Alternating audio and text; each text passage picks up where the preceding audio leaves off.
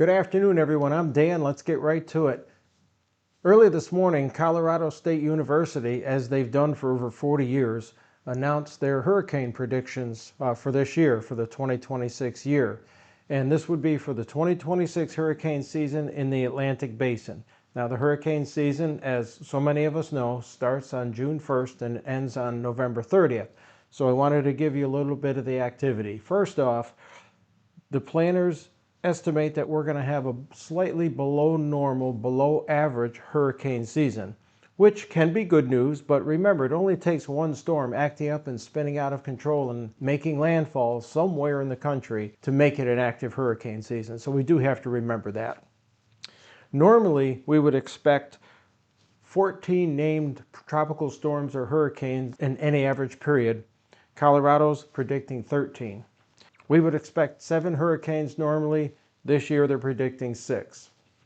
We would expect 3 of those storms to be major hurricanes, Cat 3 or greater, and Colorado State University people are predicting 2 storms, only 2 storms. Now that is great news. We had a very lackluster hurricane season last year, although you don't want to say that to Jamaicans, as they had to deal with like $9 billion in damage and I forget almost 70 fatalities down there in Jamaica after Hurricane Melissa stormed through. But here's what's going on. We deal with this El Nino and La Nina weather phenomenon, with El Nino coming through this year, cranking up some westerly winds that come from the central tropical Pacific. They come across the country and they disrupt airflow in the areas where hurricanes form. So you get this strong vertical wind shear, stronger than normal, and it tends to tear apart storms or actually keep them from forming. So because El Nino's actions are predicted to be a little more robust this year, that's why they're expecting this sort of activity. It's going to carry over into the Caribbean and possibly cause disruption. So that's one of the issues.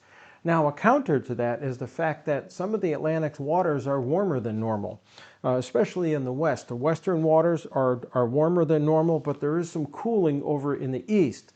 So when you think about that in the tropical zones, it all calculates into, hey, hurricanes' main fuel is water, warm water. If you have warm water, then you can start your whole convection and evaporation and movement and the whole deal that goes on to generate hurricanes. These things grow and grow, they get up into the atmosphere and they just get so powerful. But if you have a storm that has fuel, but it can't really build because of all this wind shear activity, then obviously it's going to be a problem for the storm. So this is one of the many things that Colorado State people are looking at. One of the other things that Colorado State University staff talked about was the prediction for landfall in the United States. And I forgot about this. This is something that is a great refresher for me. It'll probably be a great refresher for you. In any normal year, there's a 43% chance, according to Colorado State University, that we would have a landfalling storm somewhere on the U.S. coast. This year, they're predicting 32%. So the normal's 43%. They're predicting 32%. 21% is the normal figure for a hurricane landfall somewhere on the east coast of the country. Well, 21 being normal, this year 15% is what they're predicting. Next, we've got a Gulf Coast landfall chance. Normal chances, 27%. This year, 20%. And finally, for the Caribbean nations, 47% is the normal percentage or normal chance of a landfalling hurricane in the region. This year, it's down to 35%.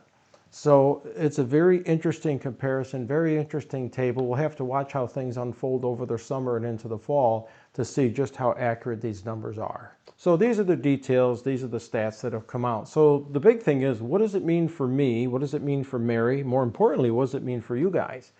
For us, nothing's going to change. We run a YouTube channel, we run a hurricane prep channel.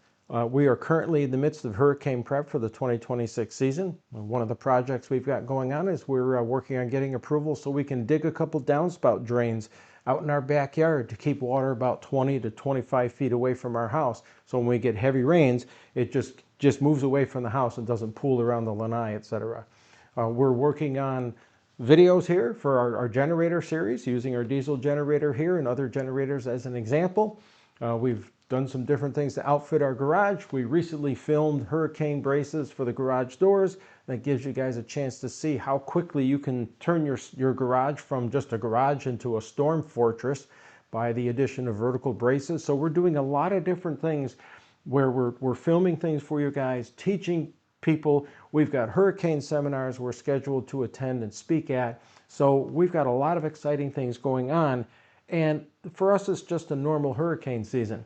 Whether a prediction comes through as heavy or a prediction comes through as light, we want to be ready, and that's why we advocate that you guys be ready as well. So that's it. I just wanted to share some quick things here. If you have any questions, go ahead and put them in the comments below. If this gave you any value, feel free to like and subscribe to our content, because again, as I said, we've got a lot of great stuff out there. We appreciate your listening. Thank you very much. We'll catch you in the next video.